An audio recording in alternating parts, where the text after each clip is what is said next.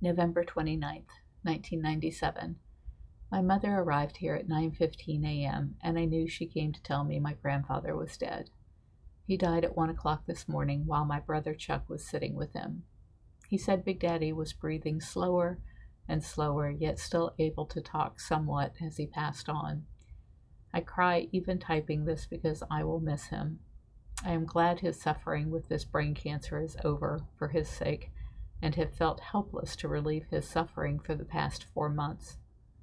His favorite song was the Tennessee Waltz, and I don't know the words, so I went out and bought every version of it I could find on CD and a CD player in a feeble attempt to make his last few weeks more bearable.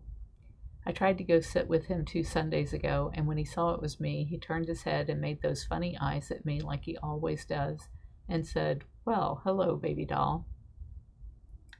The next words out of his mouth, for as far back as I can remember, would always be, "You are so beautiful." But this time he said, "You are so something." I can't remember the words anymore. The cancer had taken his mobility, his ability to communicate, and his memory in just a few short months. I was there for several hours, but I was no help to anyone, because all I could do was cry and cry and cry. I tried not to let him see or hear me cry, and spent most of my time there holed up in the bathroom.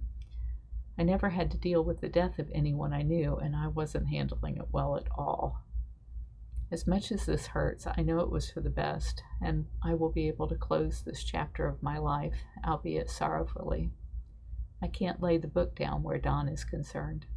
I still wonder every day if he is still alive, if he is in prison, if he is in some mental ward, if he is rotting in a swamp or laying at the bottom of the Gulf. On Thanksgiving, I had guests in the cabin, Norma's sister from Fort Lauderdale and her husband.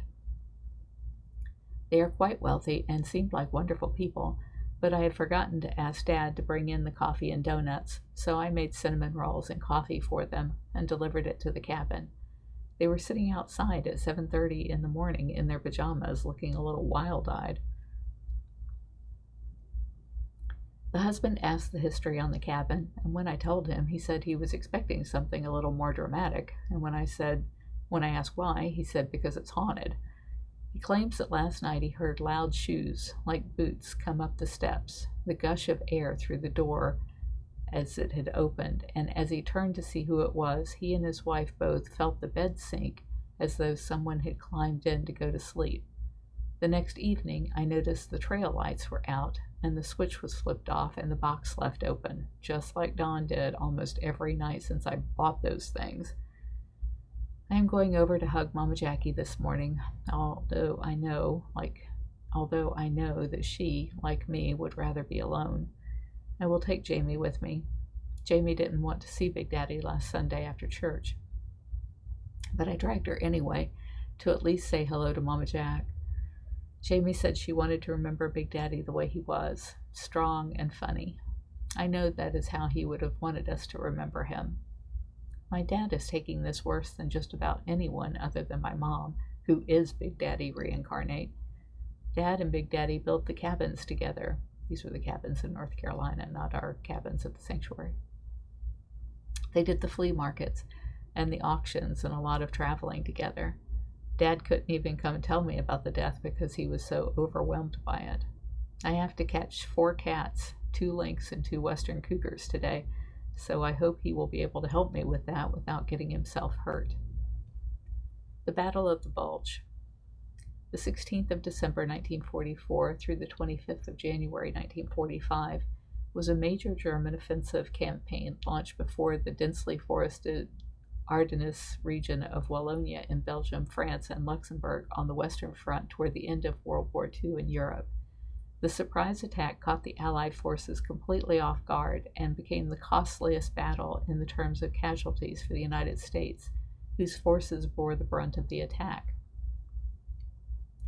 Floyd Norris fought for America at the front lines of this battle and survived 3 attacks that left him as the sole survivor. The phrase "Battle of the Bulge" was coined by a contemporary press to describe the way the Allied front bulged inward on wartime news maps and became the best-known name for the battle. Germany's goal for these operations was to split the British and American Allied line in half, capture Antwerp, and then proceed to encircle and destroy 4 Allied armies, forcing the Western Allies to negotiate a peace treaty in the Axis powers' favor. Once that was accomplished, Hitler could fully concentrate on the Eastern theater of war. Near complete surprise was achieved by a combination of Allied overconfidence, preoccupation with Allied offense plans, and poor aerial reconnaissance. The Germans attacked a weakly defended section of the Allied line, taking advantage of heavily overcast weather conditions, which grounded the Allies' overwhelmingly superior air forces. Fierce resistance on the north shoulder of the offensive around Elsenburg Ridge and in the south around Bastogne blocked German access to key roads to the northwest and the west that they counted on for success. Columns that were supposed to advance along parallel routes found themselves on the same roads. This and the terrain that favored the defenders threw the German advance behind schedule and allowed the Allies to reinforce the thinly placed troops. Improved weather conditions permitted air attacks on German forces and supply lines, which sealed the failure of the offensive. In the wake of the defeat, many experienced German units were left severely depleted of men and equipment as survivors retreated to the defenses of the Siegfried Line. The battle included about 610,000 American men, of whom some 89,000 were casualties, including 19,000 killed. It was the largest and bloodiest battle fought by the United States in World War II. On the 16th of December 1944, at 5:30, the Germans began the assault with a massive 90-minute artillery barrage using 1,600 artillery pieces across an 80-mile front on the Allied troops facing the 6th Panzer Army. Floyd Norris was one of the young Americans on the leading edge of the Allied forces and was one of the few to hit the ground in time to keep from being mowed down by the spray of bullets. On either side of him, his friends, dead and dying. A family friend, Abe Guillermo, recounted at Floyd's funeral, and again at Jackie's funeral, the above story and 2 other accounts. In the second, a new recruit, who was a mere 18 years old and scared half to death, joined Floyd's platoon. Floyd and the new recruit were instructed to sneak up to a tower and take out a German sniper who was picking off Americans. Fearing for the boy's life, Floyd told him to stay behind him, but as Floyd kicked down the door to the tower to enter, the sniper killed the young man in his shadow. Floyd could have run, but took the boy's personal possessions to be sure they were returned to his family, so they would know their son died a hero. In a third incident, the Americans, including Floyd Norris, were entrenched in foxholes as artillery fire dropped from above. When the shelling stopped and the smoke cleared, Floyd found himself to be surrounded by the dead, but again his life had been spared. Abe said that Floyd questioned why he would have been so fortunate and seemed to be inspired by that to live the best life he could. To my knowledge, Floyd never talked about the war to anyone other than Abe. It scarred him deeply, and I can't even imagine how awful it must have been to be at the front lines of such a terrifying and horrific situation. Some people would be ruined by such an experience, but Floyd saw it as an inspiration, to be an inspirational figure in our family. Norris receives the Bronze Star. Stacy Krim, my cousin, wrote this. BigDaddy, who was this big man? Well, to his grandchildren on a lake in Florida, he was big.